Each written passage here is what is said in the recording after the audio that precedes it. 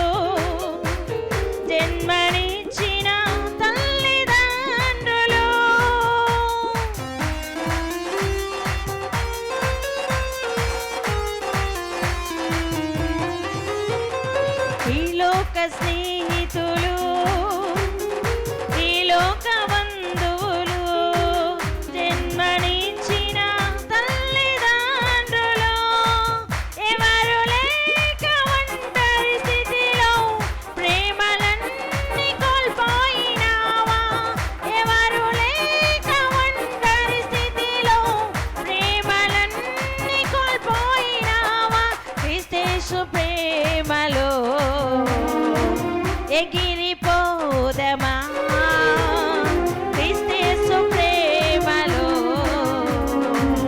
ఎగిరిపోదమా పక్షిరాజు వలె రెక్కలు చాచి పైకెగురుదామా పైకెగురుదామా అలయక సొమ్మసిల్లక పైకెగురుదామా పైకెగురుదామా. హల్లెలూయా. మంచివాడు గొప్పవాడు నా యేసు పరిశుద్ధుడు, మేలులన్నీ చేయువాడు నా యేసు అందరికీ. మంచివాడు గొప్పవాడు నా యేసు పరిశుద్ధుడు, మేలులన్నీ చేయువాడు నా యేసు అందరికీ. ఆదరణ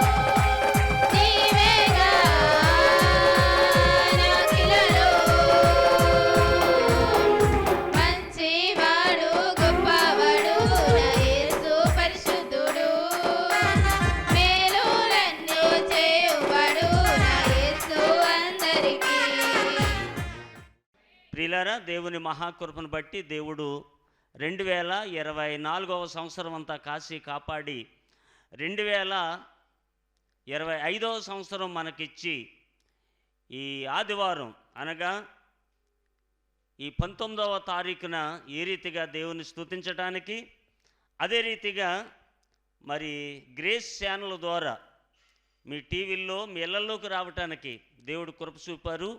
ఎలా ఉన్నారు? అందరూ బాగున్నారా? నూతన ఆలోచనలో నూతన ఆరోగ్యం దేవుడు మనకిచ్చుగాక. హల్లెలూయా. ప్రియులారా, దేవుని వాక్యాన్ని మనం జ్ఞానించుకుందాం. ఇంతవరకు పాటలు పాడి దేవుని నామమును మహిమపరిచారు యూత్ పిల్లలు. సమయములో వాక్యాన్ని చదువుకుందాం. మత్తయి సువార్త 11వ అధ్యాయము, మత్తయి సువార్త 11వ అధ్యాయము 28వ వచనాన్ని చదువుదాం. ప్రయాసపడి భారం మోసుకొని సున్న సమస్త జనులారా నా యొద్దకు రండి, నేను మీకు విశ్రాంతిని కలుగజేతును. దేవునికి మహిమ కలుగును గాక. ఈ నూతన సంవత్సరంలో దేవుడు మరొక నూతనమైన పిలుపును మనకిస్తూ ఉన్నాడు. ఎవరికి ఈ పిలుపు అంటే, ప్రయాసపడి భారం మోసుకొని సున్న సమస్త జనులకు, కేవలం క్రైస్తవులకు మాత్రమే కాదు, వేరే వారికి కాదు, ప్రయాసపడుతున్న ప్రజలందరి కొరకు దేవుడు మాట్లాడుతూ ఉన్నాడు. ప్రయాసపడుచు భారం మోసుకొని సున్న సమస్త జనులారా నా యొద్దకు రండి. ప్రజలందరితో దేవుడు మాట్లాడుతూ ఉన్నాడు, సమస్త జనులతో దేవుడు మాట్లాడుతూ ఉన్నాడు. కేవలం ఒక సంఘం కొరకు, ఒక గ్రామం కొరకు, మండలం కొరకు, దేశం కొరకు, లేక రాష్ట్రం కొరకు, లేక దేశం అంతటి కొరకు కాదు. దేశాలలో ఉన్న ఎవరైనా కానీ ప్రయాసతో భారం మోసుకొని సున్న వారిని బట్టి దేవుడు మాట్లాడుతూ ఉన్నాడు. నిజమే, మన ప్రయాస మనమే మోసుకొని ఉన్నాం, మన వ్యాధులు మనమే అనుభవిస్తూ ఉన్నాం, మన బాధలు మనమే అనుభవిస్తూ ఉన్నాం, మన కష్టాలు మనమే అనుభవిస్తూ ఉన్నాం. దేవుని యొద్దకు రాలేకపోతున్నాం. ఇందుకు దేవుడు అంటూ ఉన్నాడు, ప్రయాసపడి భారం మోసుకొని సున్న సమస్త జనులారా నా యొద్దకు రండి, నేను మీకు విశ్రాంతిని కలుగజేతును. చప్పట్లు కొట్టి దేవుని నామమును మహిమపరచుదాం. హల్లెలూయా, హల్లెలూయా. ప్రభు తేటగా మాట్లాడుతున్న మాట ప్రయాస. ప్రతివారు ప్రయాసతోనే దేవుని సన్నిధిలో సాగలేకపోతున్నారు, లోకంలో సాగుతూ ఉన్నారు. మన ప్రయాస అంతా తీసేస్తానని ప్రభు తేటగా మాట్లాడుతూ ఉన్నాడు. ప్రయాస అంతా నేను తీస్తాను, నా యొద్దకు మీరు రండి, నేను మీకేమిస్తాను? విశ్రాంతినిస్తాను. మన బాధలతో మనం కృంగిపోతూ ఉంటే, కష్టాల్లో మగ్గిపోతూ ఉంటే ప్రభు అంటూ ఉన్నాడు, నేను మీకు విశ్రాంతినిస్తాను అంటాడు. నేను సాత్వికుడను దీన మనసు గలవాడును. దేవునికి మహిమ కలుగును గాక. ఎవరండి ఈ దేవుడు? ఈ యేసుబాబు ఎవరు? సాత్వికుడు. రెండవది దీన మనసు కలిగిన వాడు. దీనుడుగానే ఈ లోకానికి వచ్చాడు, దీనుడుగానే ఈ లోకంలో ఆయన బాలుడిగా పుట్టాడు, దీనుడుగానే పెరిగాడు. ఇప్పుడు అంటూ ఉన్నాడు, నేను మీకు విశ్రాంతినిచ్చే నేను ఎలాంటి వాడునంటూ ఉన్నాడు? సాత్వికుడను దీన మనసు గలవాడను అంటాడు. గనుక మీ మీద ప్రజలారా, ప్రయాసపడి భారం మోసుకొని సున్న సమస్త జనులారా, మీ మీద నా కాడిని ఎత్తుకుని నా యొద్ద నేర్చుకొనండి. స్తోత్ర, హల్లెలూయా. ప్రజలందరికీ పిలుపునిస్తూ ఉన్నాడు ఈ నూతన సంవత్సరములో. జనులందరికీ పిలుపునిస్తూ ఉన్నాడు, ప్రయాసముతో భారం మోసుకొని సున్నవారులారా. ఎందుకు మీ భారం మీరు మోసుకుంటారు?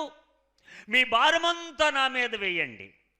నేను సాత్వికుడను, నేను దీన మనస్సు గలవాడను, కనుక నా యొద్దకు మీరు రండి అని తేటగా మాట్లాడుతూ ఉన్నాడు. అంటున్న దేవుడేమంటాడంటే, అప్పుడు మీ ప్రాణములకు మీ మీద నా కాడి ఎత్తుకుని నా యొద్ద నేర్చుకొనండి. మనం అందరం ఎందుకు వచ్చామమ్మా దేవుని సన్నిధికి? ఆయన వాక్యాన్ని నేర్చుకొనటానికి. నేర్చుకొనాలి. నేర్చుకున్న తర్వాత ఏం చేయాలి మరి అమ్మా? చాలాసార్లు అంటున్నారు ఆ పదం, నేర్చుకుని మార్చుకోవాలి. ఏం మార్చుకోవాలి? మన ప్రయాస అంతా మార్చుకోవాలి. మన బాధలన్నీ మార్చుకోవాలి. ఎవరి మీద వేయమన్నాడు? దేవుని మీద వేయమన్నాడు. దేవుడు ఎలాంటి వాడంటే సాత్వికుడు, దేన మనసు గలవాడు. ఆయన మీద మన ప్రయాస వేస్తే గనక ఖచ్చితంగా మనకు ఆయన విశ్రాంతినిస్తానంటూ ఉన్నాడు. స్తోత్రం, హల్లెలూయా. నా కాడి ఎత్తుకుని నా యొద్ద నేర్చుకొనుడి, అప్పుడు మీ ప్రాణములకు విశ్రాంతి దొరుకును. ఎలయనగా నా కాడి సులువుగాను నా భారము తేలికగా ఉన్నవి. స్తోత్రం చెప్దామా? హల్లెలూయా.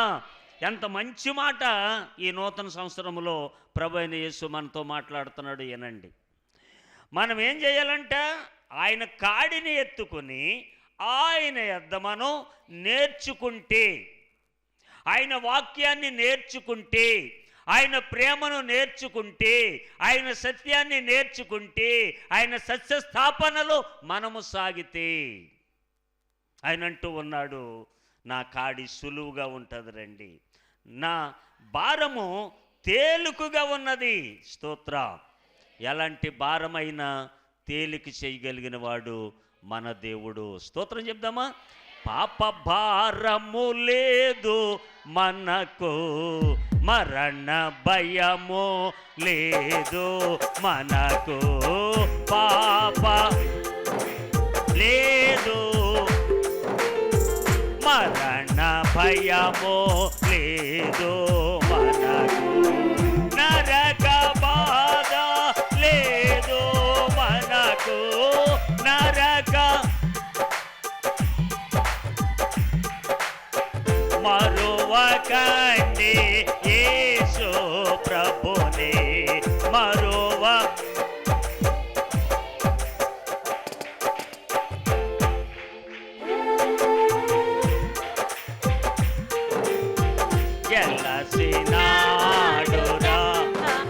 హల్లెలూయా.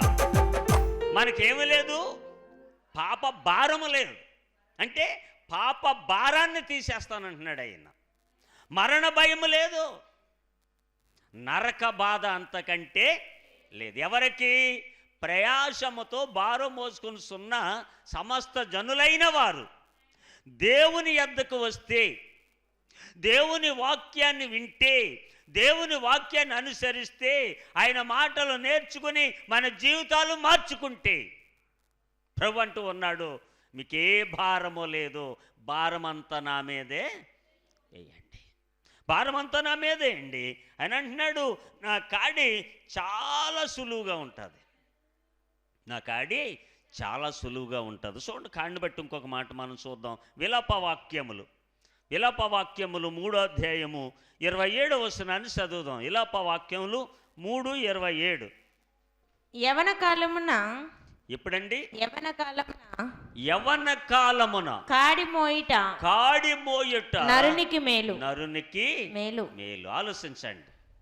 చాలాసార్లు మనం ఏమనుకుంటామంటే, నా వయసు అయిన తర్వాత, నా పిల్లలు పెద్దోళ్ళు అయిన తర్వాత, నా పిల్లల పెళ్ళిళ్ళు అయిన తర్వాత, నా భారమంతా మన భాషలో చెప్పుకోవాలంటే తీరిపోయిన తర్వాత, అన్నీ అయిపోయిన తర్వాత, ఆఖరి క్షణాల్లో యేసయ్య దగ్గరికి వెళ్దాం అనుకుంటూ ఉన్నాం. ప్రతివారు ఆలోచన అదే. చిన్నపిల్లలు ఇప్పటి నుంచే ప్రభువులో, దేవుళ్ళు ఉండాలా, భక్తిలో ఉండాలా, యవనస్తురాలువు చక్కగా యవన జీవితాన్ని గడపకుండా దేవునిలో ఉండాలా, ఇదిగో నువ్వు మధ్య వయసులో ఉన్నావు, ఎప్పుడూ వృద్ధులకి కాదా దేవుడు కావలసింది, భక్తి కావలసింది వాడికి కాదని పెద్దవాళ్ళు చాలామంది మనకు ఆలోచనలు చెప్తూ ఉంటారు. కానీ దేవుని ఆలోచన చూడండి, ఎప్పుడు రమ్మంటున్నాడు? యవ్వన కాలమున కాడి మోయిట. ఏ కాడి? దేవుడు ఇచ్చిన కాడి, భారమైన కాడి, దాన్ని నేను సులువుగా చేస్తానంటూ ఉన్నాడు.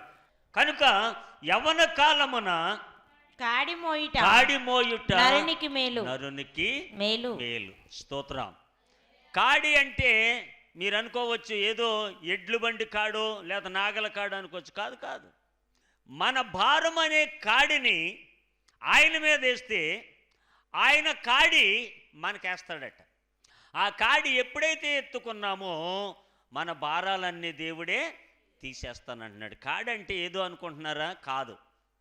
ప్రభువుని అంగీకరించటం, ప్రభువులో విశ్వసించటం, ప్రభువులో సాగటం, వాక్యాన్ని చదవటం, వాక్యాన్ని వినటం, పాటలు పాడటం, ప్రార్థన చేయటం, సన్నిధికి రావటమే కాడి. చప్పట్లు కొట్టి దేవుని నామమున మహింపరుద్దాం.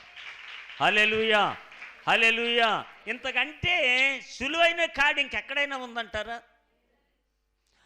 ఆయన కాడి ఎంత సులువైనది. ఆయన సన్నిధిలో విశ్వసించడమే ఆయన కాడి, ఆయన మాటలు వినడమే కాడి, ఆయన వాక్యం చదవడమే కాడి, ఆయన సన్నిధిలో ప్రార్థించడమే కాడి.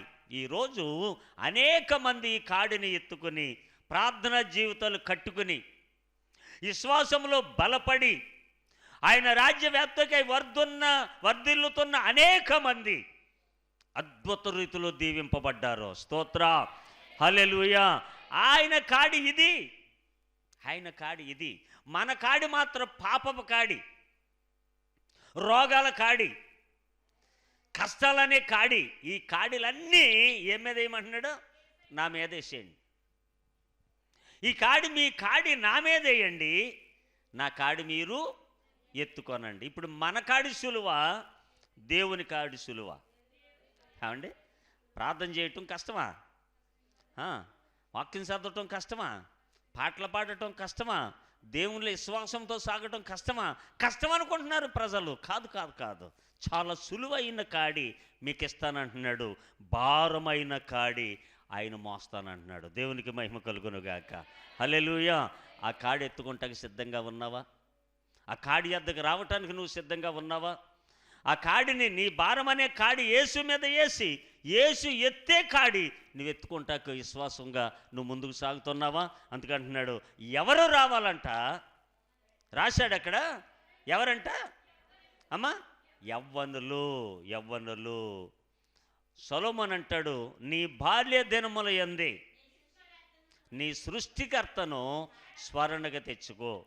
యవన కాలం వచ్చిన తర్వాత వెళ్దామంటే కుదరదండి. బాల్య దినముల యందే, యవన కాలంలోనే, మధ్య వయసులోనే, ఏ వయసులో నీవు ఉన్నా, ఈ సువార్త నీవు ఇప్పుడు వింటూ ఉన్నా, ఇప్పుడే నీవు ఈ మాటకు లోబడితే, వాక్యానికి లోబడితే, వాక్యంలో విశ్వాసం పెంచుకుంటే, మారు మనసు పొందితే రక్షణ నా దేవుడిస్తాడు. దేవునికి స్తోత్ర. నీ కాడి ఎలాంటి కాడైనా ఆయన సులువు చేయటానికి నేను ఎద్దకు వచ్చి ఈ మాట అడుగుతున్నాడు. అమ్మా, నీ ఇంట్లోకే వచ్చాడు, నీతోనే మాట్లాడుతున్నాడు. నీవెలాంటి పాపపు భారము కలిగి ఉన్నా, ఎలాంటి రోగాల మహిమలో ఉన్నా, ఎలాంటి పరిస్థితుల్ని వెంటాడుతూ ఉన్నా, నా బ్రతికింతే, ఈ నూతన సంవత్సరంలో కూడా నేను ఇలాగే ఉంటాను, నా జీవితం ఇంతే, నేను ఇలాగే చనిపోతానేమో అని బాధపడుతున్నావా? నా దేవుడు నీతోనే మాట్లాడుతూ ఉన్నాడు. నా దేవుడు నీతోనే ప్రేమతో మాట్లాడుతూ ఉన్నాడు. నీ భారం ఎలాంటిదైనా, నీ కష్టం ఎలాంటిదైనా, అది ఎలాంటి భారము కలిగి నువ్వు మూలుగుతూ ఉన్నా, నా యేసయ్య దగ్గరికి రా. నా యేసయ్య దగ్గరికి వస్తే సులువు చేస్తానంటున్నాడు కాడి, నీకు విశ్రాంతినిస్తానంటూ ఉన్నాడు. దేవునికి మహిమ కలుగునుగాక. అలాంటి విశ్రాంతి ఇస్తున్న దేవుని యొద్దకు మనం వెళదాం.